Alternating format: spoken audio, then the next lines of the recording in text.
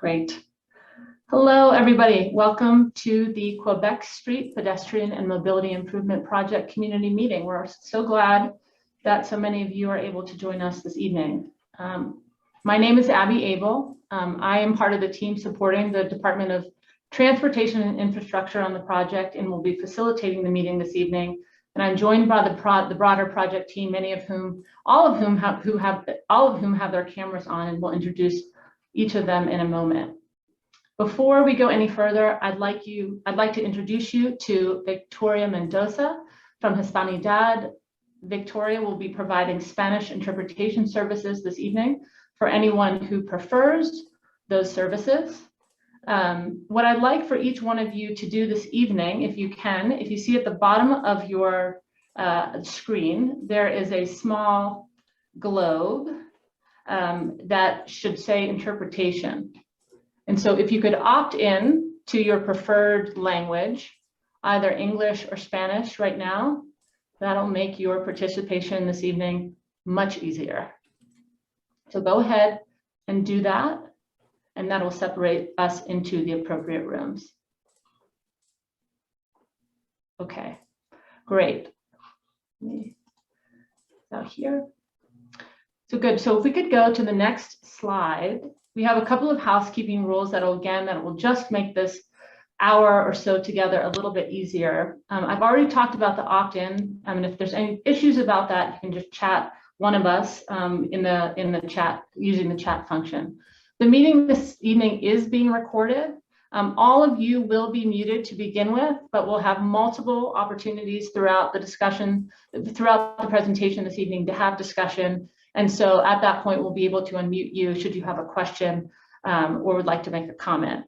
And you can always use the raise hand function during Q&A to ask a question when the time is appropriate. And then you're obviously always welcome to submit a question via chat to any member of the project team, and we'll be sure to address some of those questions during the discussion. I'd also just like to note that since this is a public meeting, we ask that you all demonstrate courtesy and respect for one another, really try to listen actively to understand and provide really productive ideas and feedback. So again, tonight we're here to talk about the Quebec Street Pedestrian and Mobility Improvements Project. We had the pleasure of meeting with many of the key stakeholders from within the community last week to get their feedback on the project, and we really appreciate all of you taking the time out of your evenings to join us tonight. Also want to acknowledge that we have Jen Gross, Council Aide District 5, representing the district here this evening, and Jen, thank you. Not sure if we have anyone from District 8, but we may have them joining shortly, so thank you. And I'll note that many of you have likely been involved in projects along the Quebec corridor in the past and perhaps in the recent past. And while this project really borrows elements of past projects, it is a new and distinct project, both in terms of its geographic parameters and clear focus on pedestrian safety and mobility. And Dana Hoffman from DOTI will be talking a little bit more about that as we go along. Let me hit on the agenda really quickly. And Logan, I also see that you're present, Logan Fry from District 5, so thank you for representing District 5 this evening. In terms of the objective and the agenda this evening, like I said, we'll take the opportunity to introduce the project team momentarily, and as well as some of the key stakeholders on the project. We'll go through the project overview, take some time for discussion, and then dive into the details. So in particular, the design, the implementation, talk a little bit about the timeline, and also the funding for the project, and then we'll move into next steps. So it should be a pretty straightforward agenda this evening. The folks on the team are those, as I mentioned, that you see on with their cameras on. And so what I'd like to do is have each of the project team members introduce themselves, and we'll start with the Department of Transportation and Infrastructure. And Dana, not seeing Steve, perhaps he's joined. I'll kick it over to you first, and then we'll just kind of go around the horn. You, Abby. Hi, folks. Thank you so much for joining us tonight. Yeah, my name is Dana Hoffman. I'm a community designer with the Department of Transportation and Infrastructure. And I just wanted to highlight, it's a long department name, so we tend to refer to ourselves as DOTI. Don't get confused by that. That's just referring to our own department. My role here is a little bit of continuity and also contact. So I work throughout the area, Northeast Denver area, coordinating our different transportation projects and also making sure that we are hearing from our stakeholders and from city council members so that that can translate back to the work the department does. So I'll be giving a little bit of context and introduction tonight about this project. Great. Just want to take a moment to see if Steve is on. Steve Laudeman is the project manager. Okay, all right. Let's move over to RTD. So Doug, if you wouldn't mind introducing yourself quickly. Yes. Doug Monroe, manager of corridor planning for RTD, and we've been working with the city on this project to improve the bus stops through the portions that are planned to be improved. Great, thanks, Doug. Mo. Good evening. I'm Mo Sullivan. I'm the senior service planner and scheduler for the bus routes in the eastern part of RTD's district. Great, thank you, Mo. And then we'll switch gears here and have Dave introduce himself. Hi all, I'm Dave Duzak. I'm with the engineering firm RS&H. We are assisting the city and county of Denver on design of the sidewalk project. Thanks, Dave. And I've already introduced myself, so I'm with GBSM, that's working with the city on community engagement. And I'm joined by my colleague, Sid Bittman here. Sid, do you want to say a quick hello? Hi, I'm Sid Bittman. I'm also with GBSM, working with Abby on community engagement. Great, thank you. And last but certainly not least, Nora. I'm Nora Newrider with NHN Consulting. As we get closer to construction of the sidewalks that you're going to hear about for the rest of the evening, our team will do public information and outreach so that the construction team from DOTI and people who live on these corridors getting sidewalks are talking with one another and the construction can go smoothly. Great, thank you all, project team. And I'll quickly acknowledge the key stakeholders as well. So as I mentioned, we had a great discussion with the key stakeholders last week. And if we move to the next slide, just want to acknowledge again, representation from, give me a second.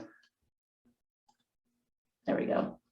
Just want to acknowledge representation from our districts, Districts 5 and District 8. We had great representation also, and we'll be continuing to engage with the community organizations and the neighborhood organizations, as well as some of the organizations representing the Park Hill campus, which is really the preservation of land from the former Johnson Wales campus.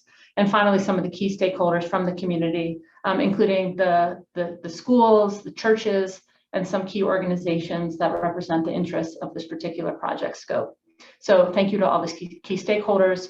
And also perhaps helpful to all of you, should you want to engage further, some of these folks know the project details fairly well. All right, with that introduction taken care of, we'll jump into the project overview, and I'll hand it over to Dana Hoffman to get things going. Yeah, thanks, Abby. We got through our alphabet soup of acronyms, so hopefully you're still with us. Get to talk about the exciting work ahead. So Abby mentioned this briefly, but I did want to repeat that the context of this project. So if you've lived on this corridor long enough or in the neighborhood, you may have heard about other efforts that the city was working towards in the past. Notably, we did have a project that was more focused on throughput of traffic through the Quebec Street corridor due to sort of issues around not wanting to affect properties too much and the escalating cost if we were to have to affect a lot of properties along the corridor. We did have to stop that project. But we did bring forward a lot of the information we gathered through that feasibility analysis and from talking to community members about what's most important. And what's exciting is that we felt and heard from the community that a lot of the most important things related to safety and pedestrian access along this corridor. So some of those highest priority things have carried forward into this project that we're talking with you about today. And those goals, again, are really focused on safety, on accessibility, and on mobility for pedestrians and also folks who are using the fairly frequent bus service along Quebec Street. So moving along to the next slide. This is probably familiar to many of you guys who use the Quebec Street corridor, is as non-existent sidewalk conditions and also bus stop conditions. But we also found as we were looking at this corridor that we had similar conditions on 17th and adjacent to the same corridor. And we also have additional funding through our Sidewalk Gap program. So we were able to combine the Quebec Street focus that we've had for some time with the 17th Avenue gaps that you see on the right. So the gaps on the right in the pictures are actually on 17th Avenue. So you're seeing that there are some sections of sidewalk and some that are missing. And then we have some sections where we have bus stops along both corridors, but there isn't really good access, especially for those who are rolling or need ADA access. So as we looked at these two streets, we knew that we had a lot of these gaps in place. We knew that we needed better and safer bus stops for those who walk, roll, and use transit. And in addition, Quebec Street itself is on our high injury network, which means it's one of just a few streets in the city that account for actually a large number of crashes and serious sort of bodily injury and deaths, unfortunately, in the city. So we wanted to really focus on these two streets moving forward and ended up with this project. So moving to the next slide, you'll see those same conditions on Quebec Street, which you're very familiar with. The other thing I wanted to point out on this slide, however, is that intersection of the two streets that are part of this project, Quebec and 17th Street. You can see off in the corner, the signal that exists at that corner, which is also very out of date. It's on a span wire, which is one of the oldest sort of designs in the city. So that's also part of the project. So we looked at these sort of gaps that we have on these streets and the safety issues that we have on the streets. And we're able to pull together the following sort of goals for the project. And this also explains sort of the overall scope of what area we're going to be able to address with this project. So first and foremost, filling about 2 miles, just over 2 miles of sidewalk gaps along Quebec Street and along 17th Street. And we'll have a map up in just a second, but on Quebec Street, that's between 12th Avenue and Montview Boulevard. And then on 17th Avenue, between Monaco Parkway and between Rosemary Street. So that's sort of the extent of the work that we're doing, filling in all of those sidewalk gaps that exist on these two corridors. And in filling in those sidewalk gaps, we're also going to be making sure that there's that accessibility, those ramps, and other requirements for ADA. So folks who need those things are able to use these corridors effectively. And then on the Quebec Street corridor specifically, I mentioned those bus stops that don't have, again, the proper sort of access that we would like to see. So we'll be filling in and providing those upgrades to the transit stops. We'll talk more about what those upgrades are, but specifically making sure there's an appropriate pad, a landing pad for the bus, and making sure that there's a paved space for people to access that space effectively. And then I mentioned that we have a very old signal right at Quebec and 17th Avenue. So as is part of this project, we also are pulling in our signals program, and we're going to be completely rebuilding that signal, which will have a number of benefits, both for, again, pedestrians, but also some minor operational improvements for all users along the corridor. So on the next slide, we're going to see that same information in map form. Some of us are visual thinkers, and some of us are better as auditory. So get these both. So if you're seeing on the left that map, the proposed new sidewalks are shown in that orange color. There are just a few sort of existing segments of sidewalk. We're not changing those except to provide sort of those ADA accessible ramps, but filling in all of those locations where you're seeing the orange. And then right in the spot in the middle there, you see that circled signal. That will be where we would be reconstructing the signal at 17th in Quebec. And then you see a couple sort of bus symbols, and those are the bus stop locations, the existing bus stop locations that we are going to be upgrading to meet current standards and make it a lot safer and more comfortable to use those stops. All right, so going back to go forward just a little bit. So I wanted to just step back and note that this allows us to align with some other exciting changes that are coming to the neighborhood. Abby mentioned that we have some really key stakeholders who work along this corridor. The Johnson & Johnson campus is being preserved by many partners. And so we're working closely with them and making sure that this project aligns with all the new developments and new needs of that campus.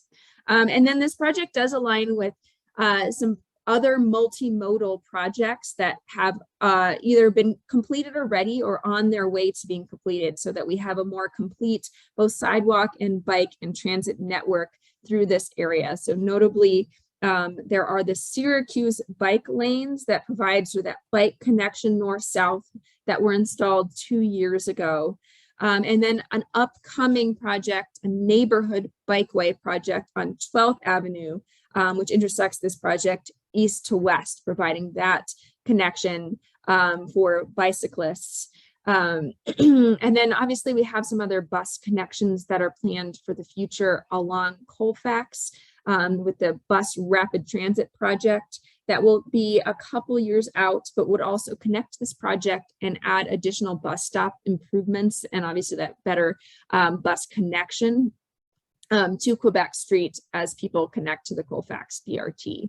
So while this project specifically is focused on those sidewalk gaps, there are a lot of things going on in this area to provide better multimodal access throughout your neighborhood.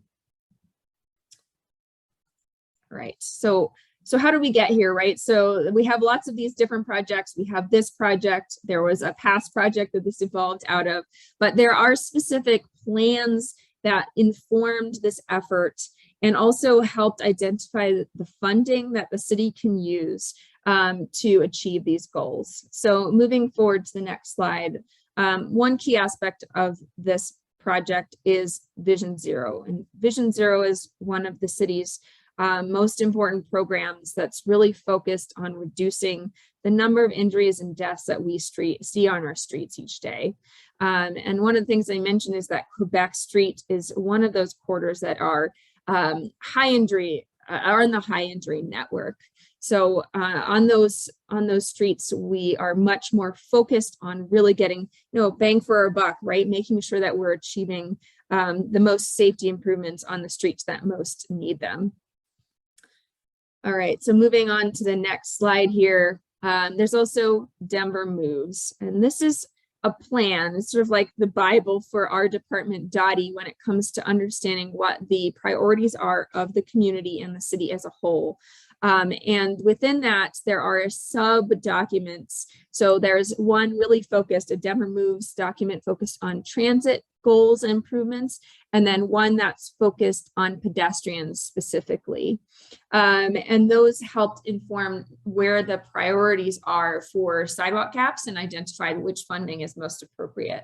So moving to the next slide, Sid. That helped build out the sidewalk program. So after we had the Denver Moves plan in place with lots of community input over a couple years, one of the things that came out that made it very obvious is that we have a lot of sidewalk gaps in the city, right? And it really identified the scope of that problem. We have over 300 miles of sidewalk gap.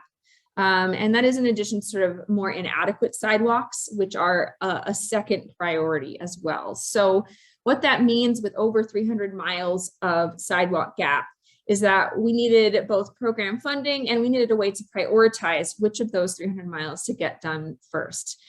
So with the help of voters, we did pass the 2017 GEO bond, which really established a program to start really tackling and improving and adding new sidewalks. And additionally, through that and through the Denver Moves program, off on the right, you see a pyramid. What that did was help us establish a priority of which sidewalks we should tackle first. And the first and foremost on that tier system is Vision Zero, what I just spoke about, you know, the locations that have the most safety issues. Quebec is one of those corridors. And then moving on down that tiers really was focused on providing good access to transit and making sure those sidewalk connections exist in relation to catching the bus, catching the light rail. And again, between these two corridors, we have several buses as well. So we're meeting a lot of those priorities, and we're able to get the funding to tackle these sidewalks before a lot of other sidewalks in the city. And it helps inform which gaps. So we do have those GeoBond dollars, and we also have other dollars that helped us get this project done. All right, and then I want to move on to the details of the project. But before we do that, I wanted to very quickly touch on the fact that the East Area Plan, which we just finished up last year with a lot of community feedback, was really helpful, sort of reaffirmed the importance of this corridor as it fits into that larger network. So this project is looking back at what the East Area Plan asks of us, and it is consistent with what the East Area Plan says are priorities for this neighborhood. All right, so moving to the next slide, I covered like a lot of ground in really short time. Some of this is going to be familiar to a lot of you guys. It's the background of how we got here. Before we really dive into the details of this project, we wanted to give a little space for questions about background or how we got here. And then we can dive into the details of what the project will look like. So feel free to start using that chat. I'm going to turn it back over to Abby to help us sort of moderate if we have a lot of questions coming in. Dana, thanks for that. I just want to remind all the folks joining this evening that there's a little button, if you're not familiar with Zoom, that says reactions. It should be on the bottom of your screen, but it's quite possible it's somewhere else on your screen. If you click on that, you'll see a raise your hand button. You can, if you press that button, we'll see your hand raised, and so we'll know to come to you and to unmute you, and then you can then lower your hand rather once the question is complete. So I do not see any questions on my end. I'm curious from any of the other project team members if they've received any questions that they would like to address at this point. I haven't received any questions yet.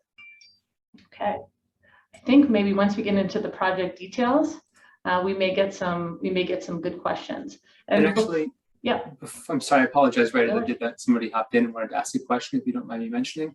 The question just specifically came up. Can you talk about timelines for projects, especially for sidewalks along 13th and 14th? And I think this might be covered a little bit later, but just wanted to preface this here.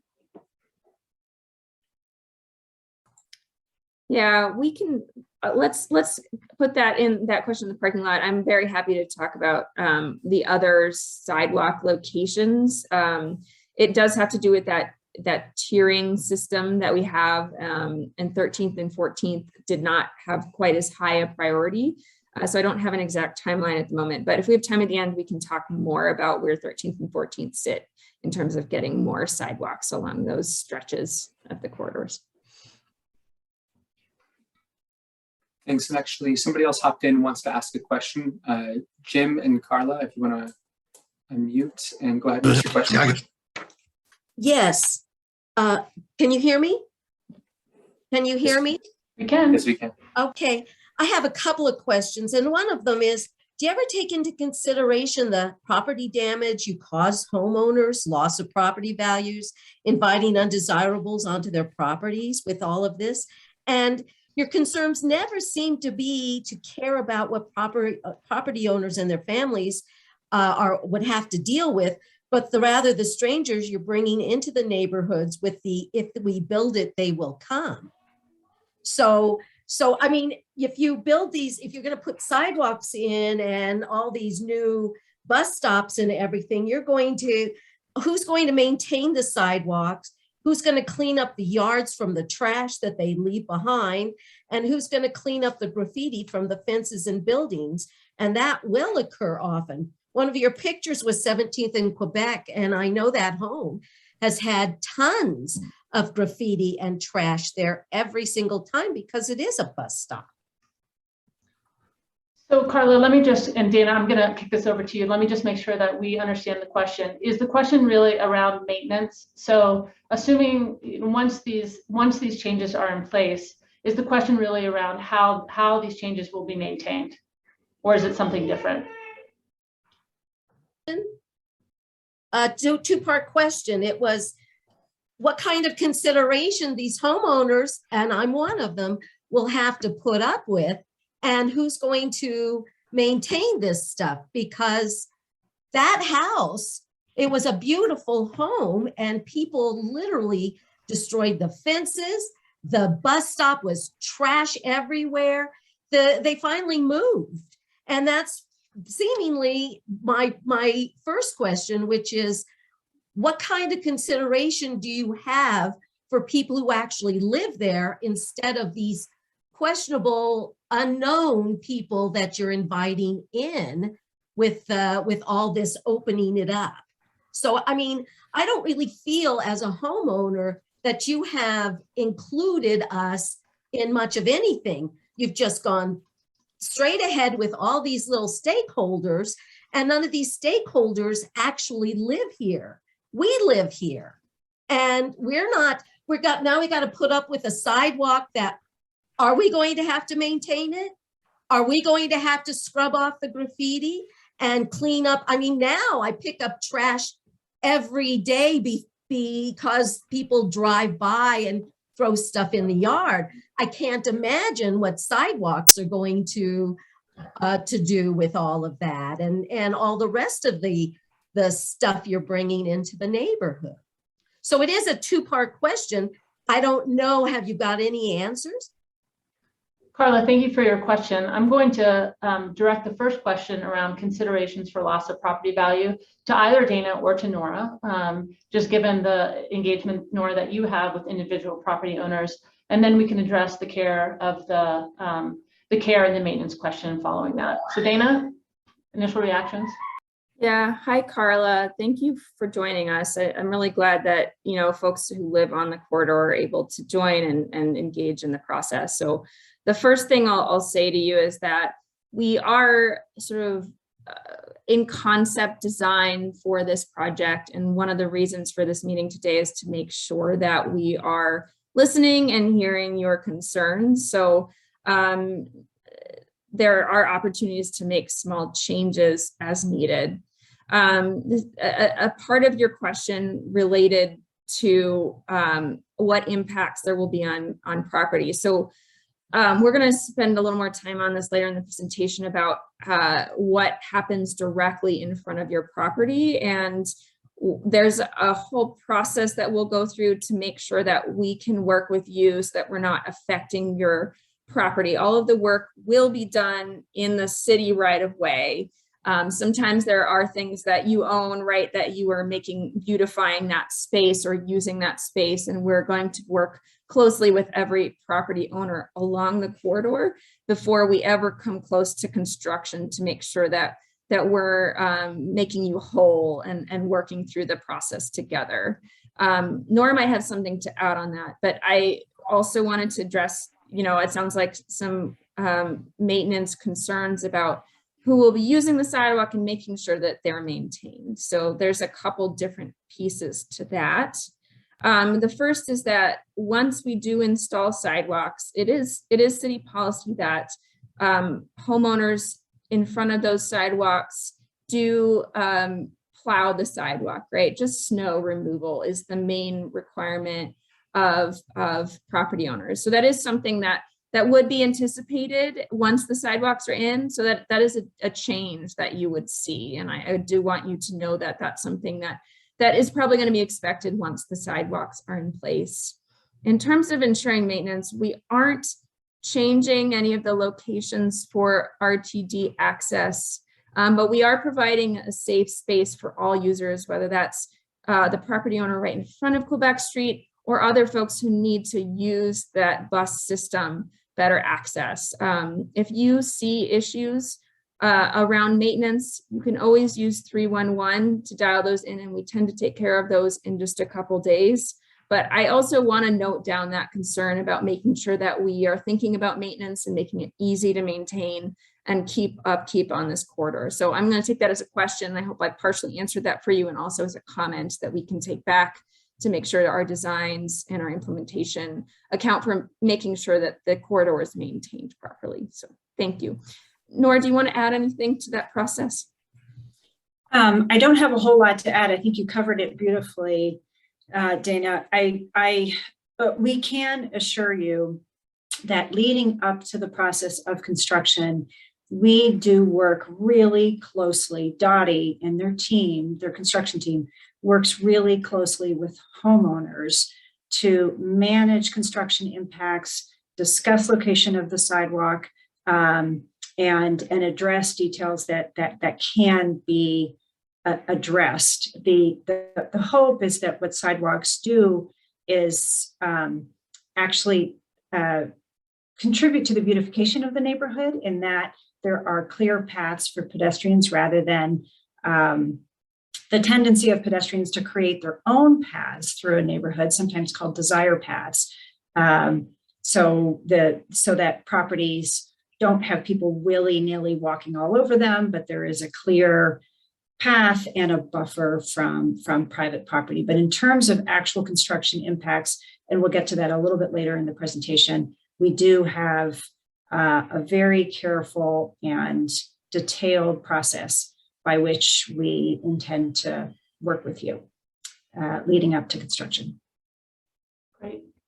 I also just want to acknowledge that Justin, looks like you had your hand up, and I just want to make sure that you intentionally put your hand down. If you have a question, now's a great time to ask it. Yeah, hi. I actually do live on 17th in Quebec. I've lived here for quite a while. Hey, sorry, my dog. And I was wondering if you had any data behind kind of what you're doing in terms of installing and improving the sidewalk and mobility situation, because I would think that it would actually help our property value. I don't have a sidewalk. Not only is it dangerous, it's extremely dangerous for me when I'm trying to take my dog into the neighborhood for a walk. I have to kind of dodge traffic. It's very muddy. But I also think that I would think it would increase the value on some level. And you know, for some of the other folks on the call, I definitely understand. I have trash in my yard.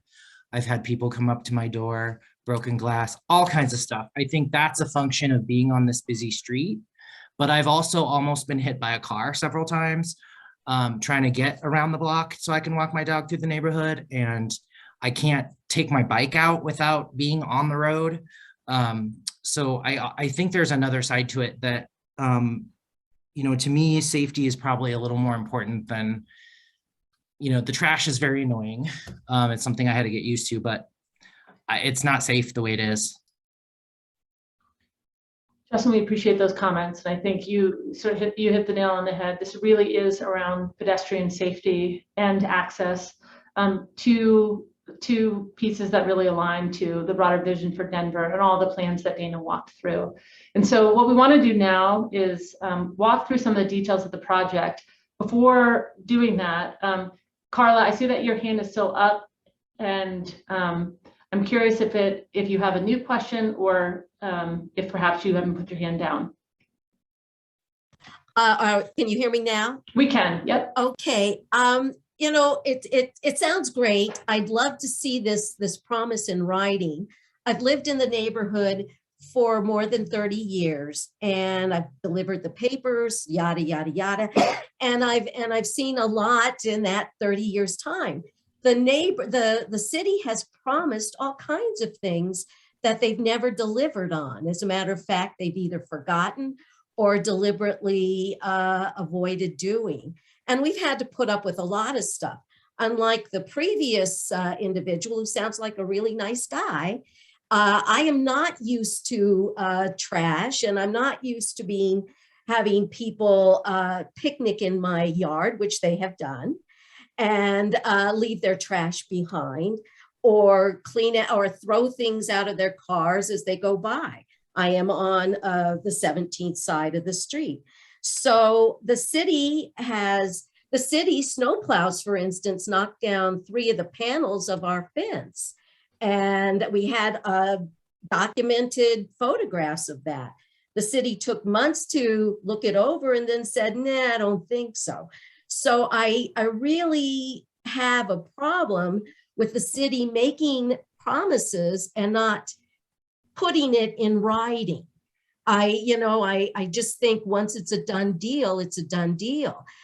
We have, and maybe your guy has it too, but when we shove our driveway is on the 17th side. And when we shovel the driveway, the snow plows directly aim the snow back up our driveway. The city put a street in that's so bad, it overlaps onto our driveway. And now we have a pond at the end whenever there's any kind of water, even sprinkling during the summer. So the city hasn't fulfilled what the promises. You all sound like you're all committed to something, but I don't know that I can believe any of the promises about what a great deal this is going to be for all of us. Sounds like it's a great deal for strangers passing through, but those of us that live here and on the corridor are going to pay a very heavy price. Carla, well, thank you. I think your concerns have been noted, and I think we've addressed them to the extent that we can this evening, and we'll continue to give some thought to those. And I do assure you that the team is very focused on delivering on the goals of the project. And so I want to allow other folks to be able to weigh in and for us to be able to get to the details of the project. So if we could shift gears a bit, and I'll hand it over to Dave from RSNH, who's going to talk about the design, and then we'll move into implementation. So Dave. Thank you, Abby. Yep. Hello, everyone. Yes, so I'll be reviewing some of the key design elements for the sidewalk project. Next slide. Along Quebec Street, as mentioned earlier and shown on the map, the limits of the project are planned between 12th Avenue and Montview Boulevard. So we're planning an 8-foot wide concrete sidewalk with a 5-foot grass area between the existing curb and the sidewalk. The right-of-way is about 15 feet behind the existing curb. So all work is within the right-of-way. We have about 2 feet to spare. So there's not a lot of room to shift back and forth, at least along this area. If there's a great difference between the proposed sidewalk and the existing ground, like if there's a slope from the roadway up to the house, we have the option of installing a short curb behind the sidewalk to retain that ground. And therefore we won't need to grade into the property owner's yard. Next slide. Along 17th Avenue, the similar type of improvements. We're planning a 5-foot wide concrete sidewalk with a 5-foot wide grass area. The right-of-way is much wider along 17th Avenue, and west of Quebec Street, the right-of-way is about 30 feet plus behind the back of the curb. So despite having a lot of room within the city's land area, we're really keeping the footprint of the sidewalk tight to the curb line. In some areas, and as many of you know who live along 17th in the area, there's many trees along 17th Avenue. We're doing our very best to design around impacting trees. And so in some cases, if this cross section shown in front of you will impact trees, we have the option of shifting the sidewalk to be next to the curb, or even potentially behind the tree, and going further away from the curb line. So that's generally our design philosophy, is minimizing impacts to trees and people's landscaping and bushes and flowers. Next slide. As mentioned before, we have 5 bus stop upgrades. So this graphic depicts an overhead view of what that entails. The sidewalk is shown in the gold color, 8 feet wide along Quebec Street. Behind the sidewalk is a concrete pad measuring 7 feet by 20 feet wide for passengers to wait for the bus before it arrives. Then between the roadway and sidewalk, we have a boarding area that measures 8 feet by 40 feet in length. That area, we will include the boarding area where we can fit it within the right-of-way. In some areas it's constrained and that boarding area will be omitted, and we'll just have the concrete pad and the sidewalk. And finally, in the roadway itself, as you've probably seen around town, there's a concrete bus pad, almost like a concrete patch in the asphalt pavement. And that's where the bus can wait as passengers board the bus. One of the key intersections is at 17th and Quebec, as mentioned earlier. This is an overhead view of the intersection. I'll review what the colors mean first. The pink color is the existing sidewalk to remain. That's in front of the former Johnson & Wales campus. The gold color is the proposed sidewalk. Dark purple are the bus stops on the north leg. And that just in this area, note that the boarding area I mentioned before will not fit within the right of way. So we won't have that for these two stops. And a little hard to see in this graphic, but on the four corners, we have blue line work depicting the proposed pole locations and the mast arms on all four corners. So at this intersection, only one of the four corners has curb ramps. So we're planning to install new ADA compliant curb ramps on all four crossings, along with new crosswalks. Some other upgrades we're proposing is to remove the span wire, as Dana mentioned before, and place mast arms in its place. So it'll be a modern signal as you've seen around town. We're also replacing the pavement detection, or the vehicle detection rather, that currently is in the in-pavement loops, and we're replacing the in-pavement loops with video detection. So overall, it'll be a smart signal, and we'll also be interconnecting this signal with the two adjacent signals, the one to the north at Montview and one to the south at Colfax. So they'll be coordinated together and optimized flow along the corridor. In terms of traffic operations, we're not proposing major changes to this intersection in terms of we're not adding turn lanes, we're not widening the pavement. So we will look at the timing of the signal and optimize that, but we're not looking to change the phasing of the signal as it is today. Great, thanks, Dave. Yep. And we'll shift, and then we'll just, now that we've talked a little bit about the design, let's talk a little bit about the timeline and implementation. So Dana, do you want to cover some of that? Yep, so here's where we are today. So right in the design stage up top there. So, oh, excuse me, I'm losing my voice. So we're sort of halfway or moving through our design stage, which will give us a sense of sort of that final location of the sidewalk and taking into account comments and questions that we get from you all through this stage. It will also allow us to get a final sort of cost estimate for the whole project. So we expect that to extend through the spring. And then we have our advertising and bidding, right? And that's our process to make sure we can bring on a contractor who can accomplish the work well. And that does take quite a bit of time to go through that process, get it approved, and then get to construction. So we anticipate that we'll actually be starting the construction of the project either very late this year or early next year. And then throughout that process, we'll talk a little bit more about this at the end, but we do have this public meeting, and then we have other opportunities for you to weigh in and also hear back what's going to be happening, whether it's right in front of your property because you live on the corridor, or if you just have other questions about the project overall. There's a couple opportunities that we'll talk through. So moving on to the next slide. So I mentioned that the design stage, which will take us through spring, is going to help us refine our project costs, sort of get to that final number. To date, we have $2 million allocated for construction of this project. It comes from a couple different sources that we have identified there. And then it may be the case based on the final cost that we need to identify a few additional funds to get the whole project done. So we will likely be asking for a small additional allocation of funding from the city council in the coming year. And that means that we might just have one or two phases to completing the project. But we don't anticipate that it will extend beyond 2023 at this point. All right, so getting more into the details on sort of how we touch points with you. We mentioned that we were able to talk to some of those stakeholders who do a lot of business along the corridor or do a lot of work with the community along the corridor. And then we are reaching out directly to some of the registered neighborhood organizations to make sure that we're reaching out to as many folks as possible. So we do have a meeting scheduled with Greater Park Hill, and then are in touch with Historic Montclair and East Colfax as well, which are the other neighborhood organizations that touch this project.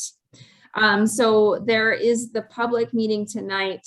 And then beyond this, there is the website, which we're going to be keeping up to date. And that's the bit.ly right there. I'll say it aloud just in case. So it's bit.ly /Quebec 17th. So Quebec, QUEBEC 1717th Sidewalks, SIDEWALKS, for anyone who might be on the phone and doesn't see it. And we also threw it in the chat, so thank you. And then there's also opportunities to just email us. I've gotten a couple emails from community members already. Thank you for those. We'll be answering those. And there's a hotline number as well. If you want to just get someone on the phone, you can leave a message and we will call you back. So there's lots of opportunities to just ask us about the project more generally. As we move forward with the design, we will also be reaching out individually to homeowners and property owners along both these corridors to talk about sort of the more nitty-gritty details about what could happen in front of your property, and making sure that we're working with you so you know what's going to happen and get your feedback so that we can adjust the designs to impact you as little as possible. And you can see that there's sort of an office hours. If there's a time specifically that works for you, there's a sign up link that you can use to find a time that works for both us and you to just have a one-on-one meeting rather than this sort of bigger scale community meeting that we're having today. So lots of opportunities to keep in touch and continue through this as we continue through the design and then move towards construction.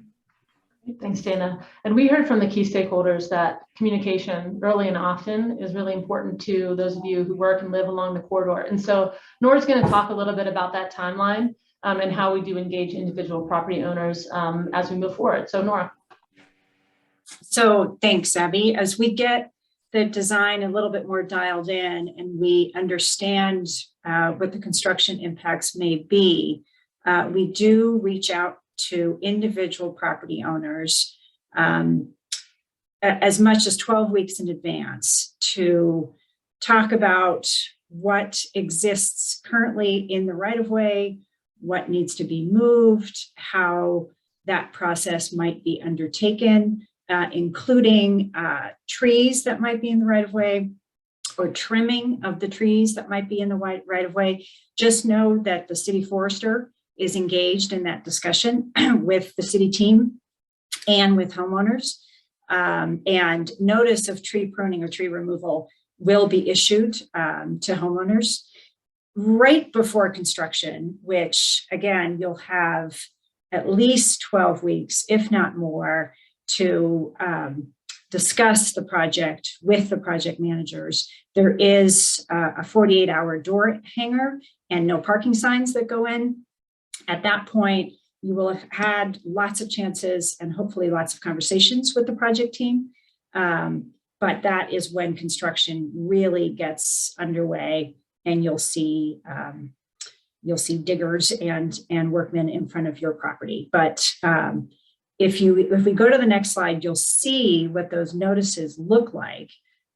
We call the notice on the left a Dear Neighbor letter. It is very detailed and contains an image, an aerial of the construction so that you'll know exactly what's going in. And then immediately prior to construction, you'll get the door hanger, not only to notify you of construction, but how you can continue to stay in touch with us. But there is, I cannot stress enough how important it is for us to communicate with each and every property owner so that issues can be resolved and construction expectations are clear when we launch into the project. And again, we will have all of these feedback loops for you, the hotline, the email, the website, and those will be kept up to date so that you'll know exactly what's going on, and office hours as well. Great, thank you, Nora. And I think it's an important piece because really now marks that transition from general community information sharing, where we moved into some of those individual property owner discussions. Also noting that we'll be having some conversations with the RNOs, as Dana mentioned, in the coming weeks. So that's the plan ahead. That's really captured on the next slide. We've talked about that. I just want to reemphasize all the opportunities to engage, the touch points that are available to you to ask questions.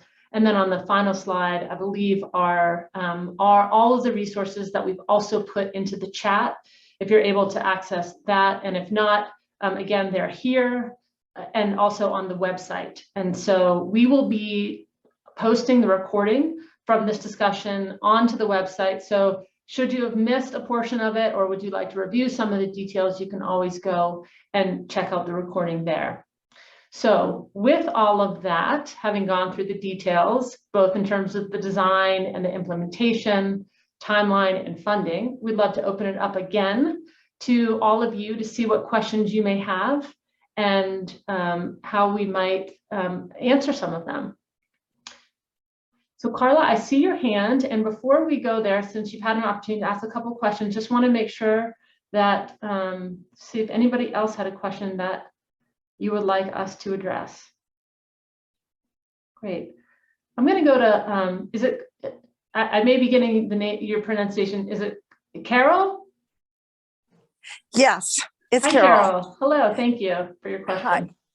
Hi. I'm not sure I heard it right. When you were talking about the city forester, will it be the homeowner's responsibility to remove a tree if it's required? I'll jump in here, but Steve, who's also on this call, can assist with that question. It is not the homeowner's responsibility. It is the project that will take the responsibility of managing the tree. Now, there have been instances where that becomes a conversation with the homeowner and the project team, depending on what work ends up being done. But tree removals are actually performed by, if they're necessary, are performed by the city foresters team. Okay, I have one little follow-up too. What if there's a sprinkler in the right-of-way? That is a terrific question. And again, both Dave and Steve can assist with this one, but the city team will build what they call a sleeve underneath the sidewalk where the sprinkler system can be thread in order to pass the irrigation over to the tree lawn and reconnect it to the lawn. But that is in fact part of the construction process, is to connect to that irrigation. And if Steve wants to add to that, I would welcome his comments, since this is something that he's done in other parts of the city. Steve is the Dottie project manager who, once this gets underway, you'll see him physically in your neighborhood. Yeah, thanks, Nora, and thanks, Carol, for the question. Yes, on previous projects, we have encountered privately owned irrigation that has been built into the city right away. And in those cases, as we build the sidewalk, we will impact that privately owned irrigation. And what we've done in the past is relocate sprinkler heads and work with the property owner to test the system and make sure it's working properly. It's a benefit to everybody to keep these areas, whether they're privately owned or city owned. It's a benefit to everybody to keep them looking good and working correctly. So yeah, we will impact privately owned sprinklers, and we will repair them and make sure they're functioning properly. Okay, thank you very much. I appreciate the answers. Thank you, Carol. Appreciate the question. And Carla, I see your hand is raised. Do you have a question? Actually, this is Jim, not Carla. Hi, Jim. But hi, I have two questions. One is, you've talked about trees being on the right of way and looking to avoid those. There's kind of a mixed message you guys are sending tonight. But my question really relates to property or power poles or telephone poles that are in the right of way? How are you going to address those? And before you answer that, the second question is on the map that was shown that showed the intersection of Quebec and 17th and how that intersection is going to be worked on. The sidewalk that was demonstrated on the west side of that intersection was an attached sidewalk that was 6 feet wide, but the sidewalk on the east side of that intersection was 5 feet wide. Why is there a difference in the size of those two sidewalks? Thank you, Jim. Appreciate that. I'm going to direct the second. We're going to sort of go backwards first. Take the second question first. And so, Dave, do you want to address Jim's first question about the difference in the width of the sidewalks? I sure can. Thank you. Okay. So we did show the cross section along 17th Avenue. The sidewalk was shown as 5 feet wide, and that was a really good catch, Jim. When the sidewalk goes to attached, meaning it's next to the curb line, the city requires 1 extra foot be added to the width of the sidewalk. So it will be 1 foot wider if it's attached. And that was something I didn't mention during my part of it, but that is the case along the entire corridor. Thanks, Dave. And Jim, your other question about, I think 1, needing clarity around trees within the right of way, and 2, what happens with electricity poles or distribution poles within the right of way. And so Steve or Dana, I'm going to look to you to answer those questions. And if you would rather direct them to somebody else, go ahead and do that. Yeah, I can take that one, Dana. Thanks, Jim, for the question. This is Steve Laudeman. I'll be the construction project manager for the project. I guess, first of all, if we have existing utility poles, our first choice is to avoid them and leave them in place. It is a relatively complicated process to get those moved. Unfortunately, we sometimes cannot avoid them, and we will work with Excel and/or the other utility owners to get those relocated. Typically, if we're doing a 6 foot wide sidewalk, we would relocate the pole within the right of way, so within city property, and we would move the pole back 7 feet behind the curb so that we've got room to build our sidewalk. In this case, on this project, and I would defer to Dave on this, we do have some light poles that we want to relocate, but we are attempting, I think, to avoid relocating poles that are carrying, transmission electric lines or other communication related utilities. So I'll add to that, Steve. Yeah, you are correct. We are avoiding all the Excel-owned transmission electric poles. However, there are some wood light poles, or the wood poles with light on them. Those are impacted, and those will be relocated to behind the sidewalk. And then, Jim, you had one more piece of your question and a little more clarity on the trees. So the trees in the right of way, right, are for, like Steve mentioned, the first preference is to keep trees, full stop. And especially if the forester identifies, especially large trees or old trees and healthy trees, we work really hard to keep those trees in place. It is likely with this project, given where we're seeing, the space that we will have 1 or more tree removals. We don't have that exact number. We're not trying to hide that from you. We just don't know quite yet because we're such an early stage of design. We don't know exactly which trees those will be at this point, but it is likely that 1 or a couple trees will have to be removed.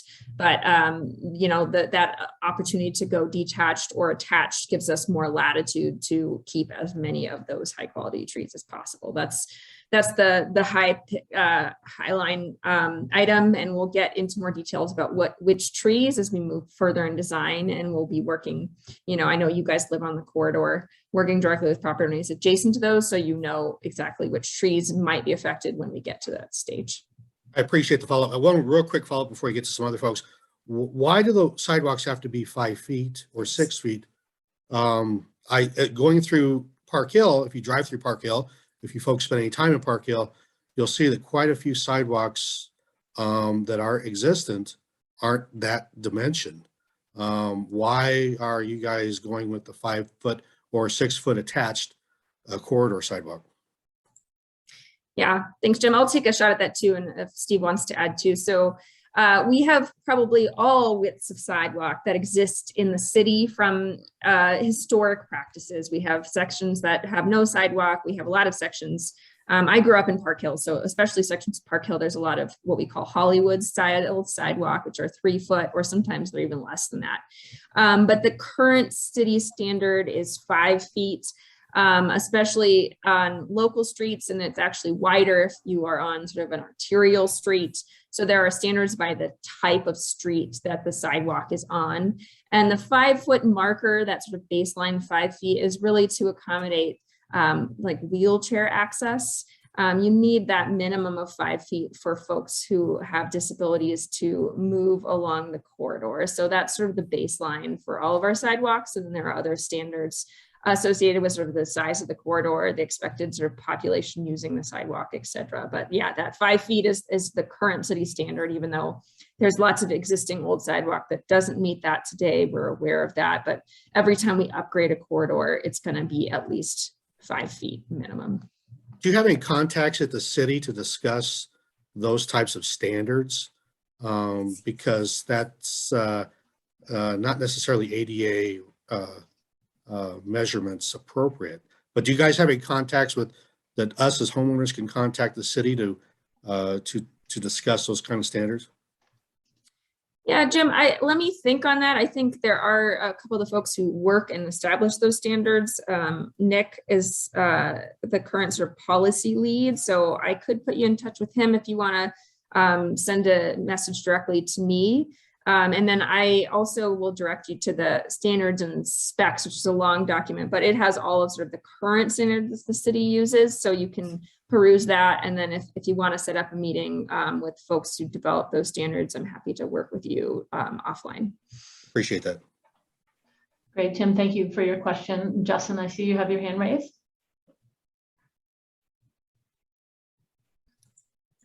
Yeah, I just have a couple quick questions. One, do you have, I saw on the map, the plan, the driveway aprons were highlighted in gold. Will driveway aprons be poured if needed, or will the existing ones be it? Dave, you want to take that? Maybe we can bring up that image too, if it's easy enough, of the intersection, I believe you're referencing. So wherever we cross the sidewalk with a driveway, we'll be reconstructing the driveway portion of the sidewalk, as well as the portion between the curb and sidewalk. And then behind the sidewalk, we'll be grading in or making a smooth connection as far as we need to within the right of way to complete the driveway. So you'll have a pretty large portion of that driveway being reconstructed. And also the curb in front of the driveway will be reconstructed as necessary to make sure that they are compliant with the city standards. Great. Thanks. I have another question. In terms of the phasing and the funding, if you do need to go to a phasing plan, do you have an idea of what that looks like yet, or is that still preliminary? Question, Dana, do you want to take that? I'm sorry, I was finding the standards and details. Can you repeat that? My apologies. Sure. If funding dictates that you have to phase out the project, do you have an idea of what that phase looks like, or is that something still to be decided? I don't know exactly what that would look like. At this point, I'm fairly confident that we will be able to get additional funding from our next year's budget to be able to sort of complete the project as it makes the most sense from a construction standpoint. But it may end up being that we tackle Quebec Street first or 17th first, because it's most efficient to do one quarter at a time. But I don't know for sure exactly what that phasing would look like. But like I said, at this point, I'm pretty confident that we're going to be able to just move through the project from start to finish, just getting that additional funding from next year's budget. If we do find out that's not the case, we'll be in touch with you all it's probably going to be highest safety or whatever allows us to be most efficient with the funds that we have that dictates that decision. It's a good question. Great. And I see one more from Jim and Carla. Before we go there, I want to make sure that anyone else who has a question gets an opportunity to ask it. And I actually had a request in the chat from Melvina asking to display the diagram again, showing the grass and the sidewalk. So I'm going to do that. And then Melvina, I'm going to invite you to come off the chat to see if you want to share your question as well.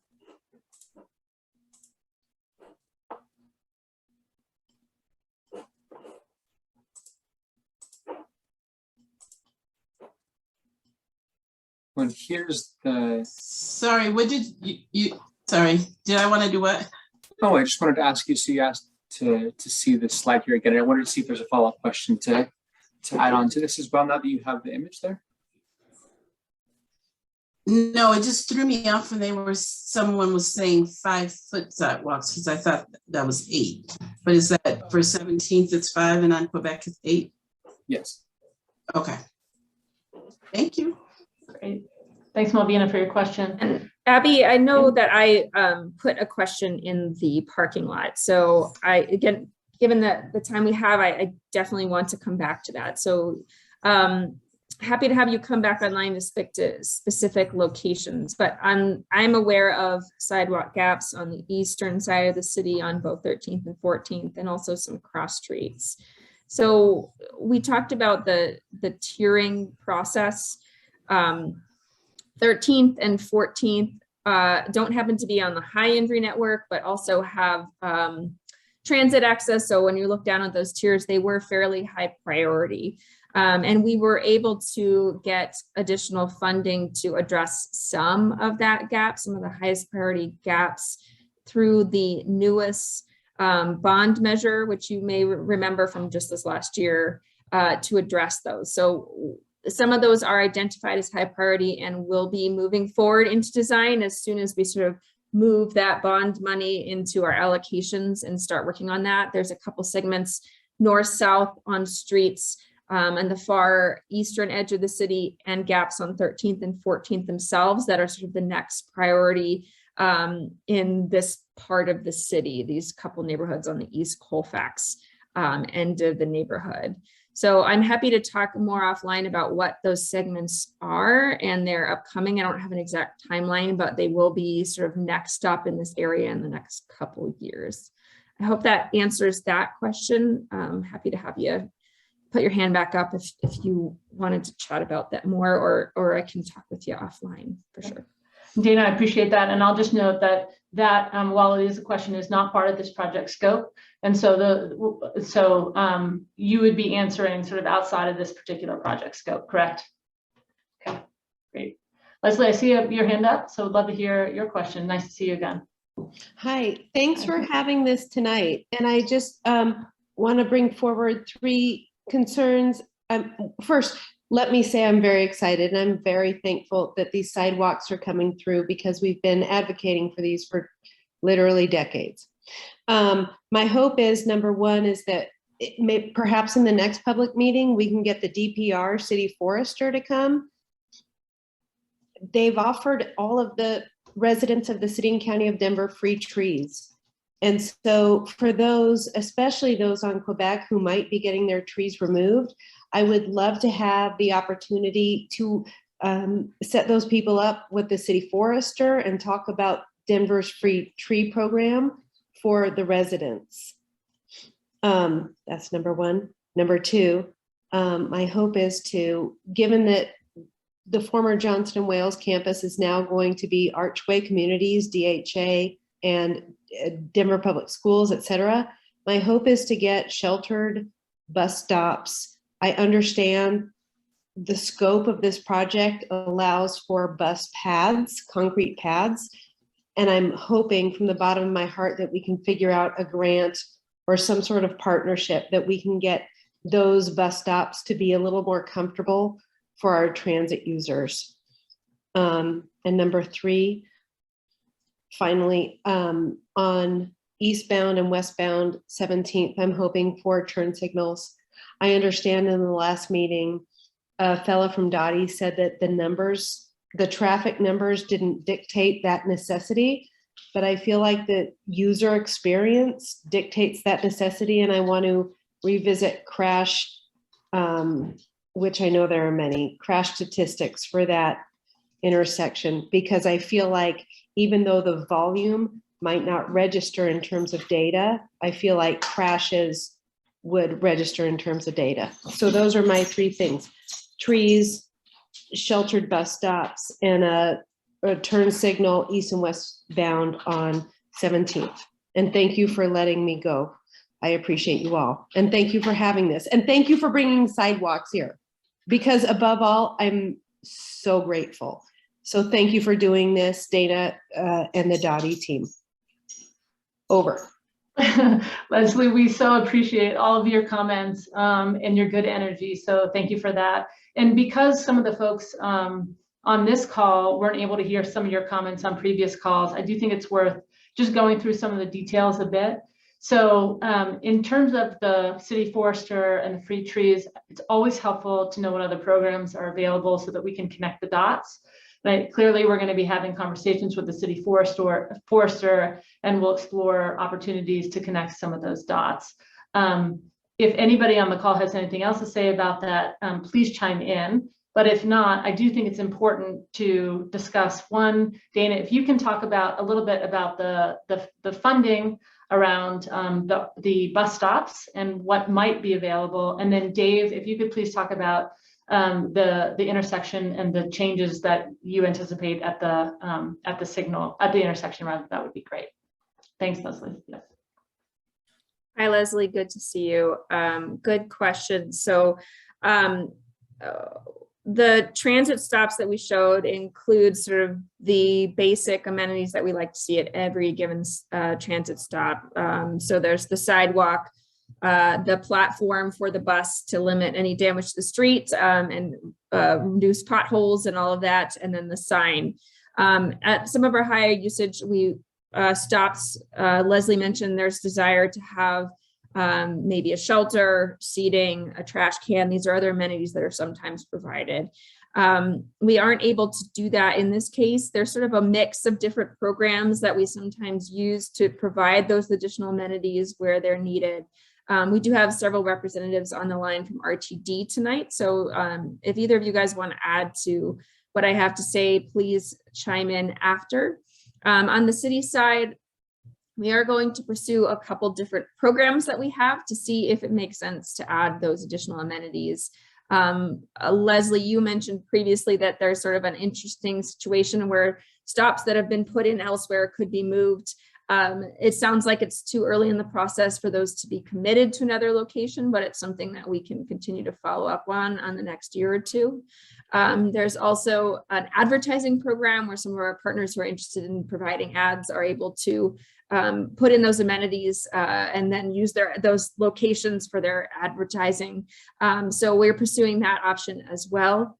And then there is a third funding source that we actually are now looking into. I mentioned previously that some of those Vision Zero program funds have been used in the past to add bus stops in some locations.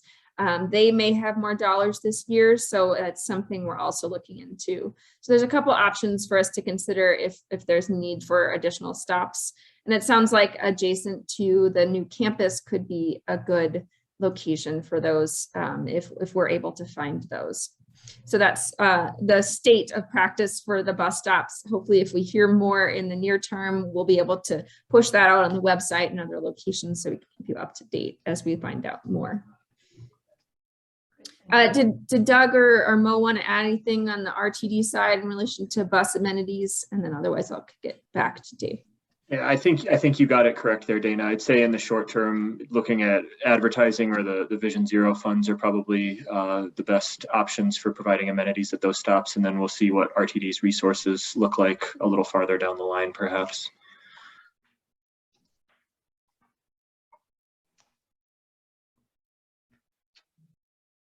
Dave, you want to take the second part of that question? Yeah.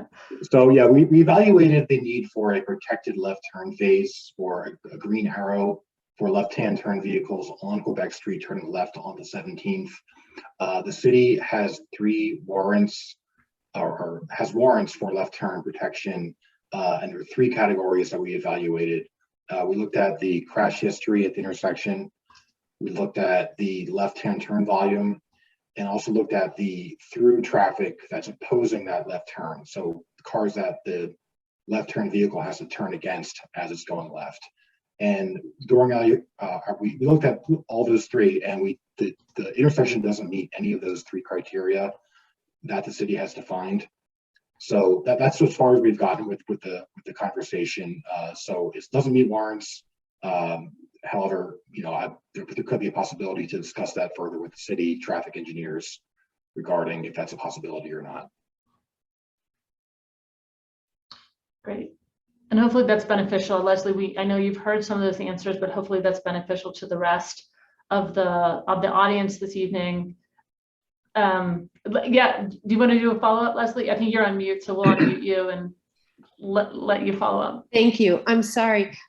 Just as a follow-up, I think in the last meeting, you also said that the way this is being designed would allow for a turn signal to be installed in the future at, relatively easily. Is that the case? Did I understand that correctly? You decide not to do it in this cycle, but in the future, could a left arrow be installed relatively easily?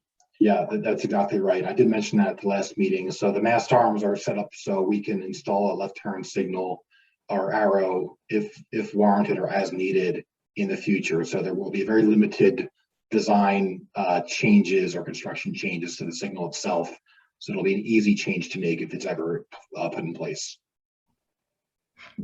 Glad you brought up that follow-up question, Leslie. It's a really important point. And again, another sort of plug to encourage all of you to stay engaged because there may be areas or aspects that can evolve as the project evolves.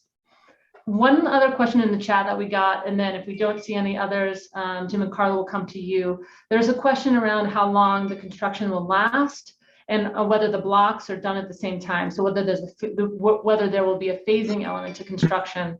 So I'm going to direct that question to Steve or anybody else that would like to answer that. Yeah, Steve, go ahead. Sure, Abby. Thank you. Thank you for that question. Typically, our contractors will have 1 crew available, maybe 6 or 8 people and 3 or 4 pieces of equipment, and they will work sequentially. They'll start at one end of the project and work their way to the other end of the project. I don't expect to have multiple crews working at multiple locations. Now, that being said, we typically rely on the contractor to use their expertise and their experience to find the most efficient way to get the work done.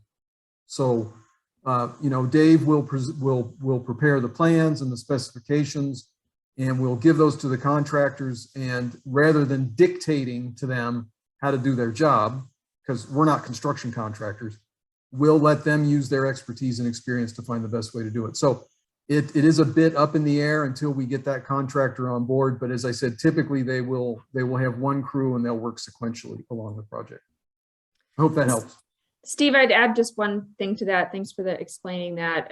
There is usually some latitude for us to request some timing changes or moving things around to accommodate requests. So for instance, we know that DPS, our school system, could be in session and working around not impacting those critical sort of drop-off pickup times. So we will take those things into account, but generally overall the contractor will decide, as Steve mentioned. Yeah, thank you, Dana. Great. Thank you, Steve and Dana. And one other question that has come in through chat. And so has a couple of parts. Let me see if I can do justice to this. So the first question is just acknowledging that the right-of-way is inconsistent along the corridor. And so curious whether this will impact the placement or width of the proposed sidewalks in certain places along the corridor. So Dave, I'm going to ask you to respond to that first, and then I'll take the second part of the question here. Yep, so the right-of-way definitely does vary along the corridor. The numbers I gave were in general what they are, but they vary per block in some cases. We did define the right of way for the entire corridor from both Quebec and 17th. So we know very well where the right of way line is. And one good example is to the east of Quebec Street, the right of way is much more narrow than to the west. And so we do have the space east of Quebec as well to keep the 5-foot sidewalk width and the 5-foot grass area as well. So we are aware, and the right of way line is shown on our design plans. So it's very clear cut of where the city owns and where is private property. And then also looking at grading behind the sidewalk, you know, so as a designer, we're very aware of how much room we have to work with. And so that's how the right of way typically works with our process. Right. And there's some detailed follow-up around how that might impact trees or property, homeowner property. And I think, you know, as we've talked about up until this point, those really come down to some individual conversations with the city and the city forester to figure out what the right and the best approach is for both the city and for property owners. The last question here, as part of this thread, is whether the those properties that have historic red sandstone sidewalks, whether those will remain in the corridor or whether there will be an option to replace that sandstone if it's not in good condition. Does anybody know? Anybody want to take that? Abby, I know there's a few sections, as mentioned, along Quebec Street, especially. I believe there's one on the southwest side of near Colfax and one closer to 13th Avenue intersection. So I have not discussed that with the city yet of what will happen to these locations, but that's a great point and something that we will consider during our design. Great. Yeah, Steve, I don't know if you've had that happen before. I know in the past we have worked with property owners in replacing sandstone. It's a much more expensive material, so there are limits, but Jay, I just sent you a direct message. It may be worth just having a follow-up conversation. If you want to sign up for office hours, we could talk about those specific locations and dig in whether that's something that we can replace or whether it's infeasible. So it's a good question. Okay. Thank you, Jay, for that. Were there any other questions that came to any of the other members of the project team that we haven't addressed? Okay. So given that it is close to 7 o'clock, Jim, Carla, why don't you go ahead and ask your question, and then we'll look to close out the meeting here on time. Great, thank you very much. It sounds like you guys have done some studies related to traffic patterns on Quebec and that intersection. Certainly, anytime public funds are spent, you should do due diligence to see, you know, what kind of money is going to be expended, how it's going to impact that. That being said, have you guys done any kind of study to determine the pedestrian patterns from North Monaco Parkway to Rosemary Street? Because in my experience of 30 years, you might get 6 people a month who walk that corridor. So spending a multi-million-dollar project on an area where it's going to get very little pedestrian traffic, as a taxpayer, I'd like to think that money is better spent. And certainly in the areas you guys are talking about, particularly the intersection, that's a good idea. But that's just I just want to know, was there any kind of study that was done to look at pedestrian traffic in that corridor? Leslie, I see that you have your hand up, and so I just want to make sure that it would be a follow-up to Jim's question first. Okay, you may not be able to. Okay, I can unmute myself. So I've been working with Denver Streets Partnership, and I don't know the precise data, but part of why there's not a lot of pedestrian traffic here is because being a pedestrian in this area sucks. So I disagree. I walk up and down the street. It doesn't stop anybody from walking up and down into people's yards. So I got to respectfully disagree with you about that. And really, this question is more for the city planners, who obviously are going through this project to do it without any input of the pedestrian traffic. So I have to respectfully disagree with you. Respectfully understood. And I will give this back to the city planners because I didn't mean to get argumentative. But as also a neighbor of the street, I don't walk it because I find it unpleasant. And so I'm hoping that this will make it a more walkable place to be in the future. So I will respectfully back off and let the planners address it. Yeah, I mean, thank you guys both for sharing your thoughts, right? Sometimes we have different perspectives in the community. I'll say two things, Jim. One is that we have pretty clear guidance from our planning documents. So those are based on community feedback and also just general safety practices about pedestrian safety when there is a sidewalk versus when there is not a sidewalk, to install sidewalks everywhere that code doesn't say that we specifically shouldn't. There are a couple of neighborhoods that actually have their own covenants that say we shouldn't, but for everywhere else, the guidance is to provide sidewalk amenities where we can because of the benefits they provide for safety and because it's what we've heard from the community overall, that sidewalks are important. So there's that guiding principle overall. The other thing I would say is that we have ridership data, and I mentioned that transit stops and transit access are sort of the driving feature of which sidewalks we install first. And most of these stops are fairly high use. They're certainly not the highest use in the city, like compared to downtown, but they are fairly high use. So we have that data as well.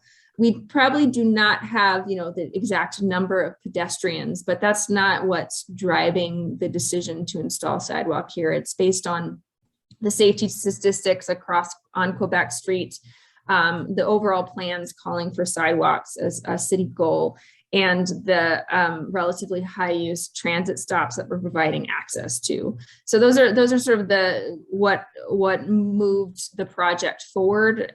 We don't typically use sort of existing number of peds walking for this kind of decision for sidewalks. And that again goes back to that Denver Moves document about the tiering and how it was decided to put sidewalks, prioritize sidewalks in the program.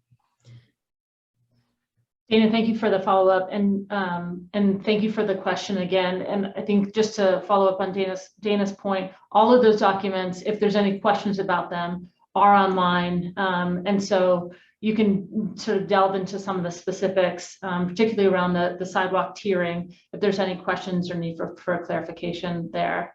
And with that, acknowledging that we are at 6:59, we will close out the meeting and just thank all of you again for spending your time with us and asking the questions that you did and really engaging in the process. The resources are available. Please reach out to us with any questions. We put those in the chat. They're on the website, and you can email us as well, and we'll be sure to get back to you promptly. So thank you all to the project team, to all of you in the community, and we'll look forward to engaging with you in the future. Good night, everybody.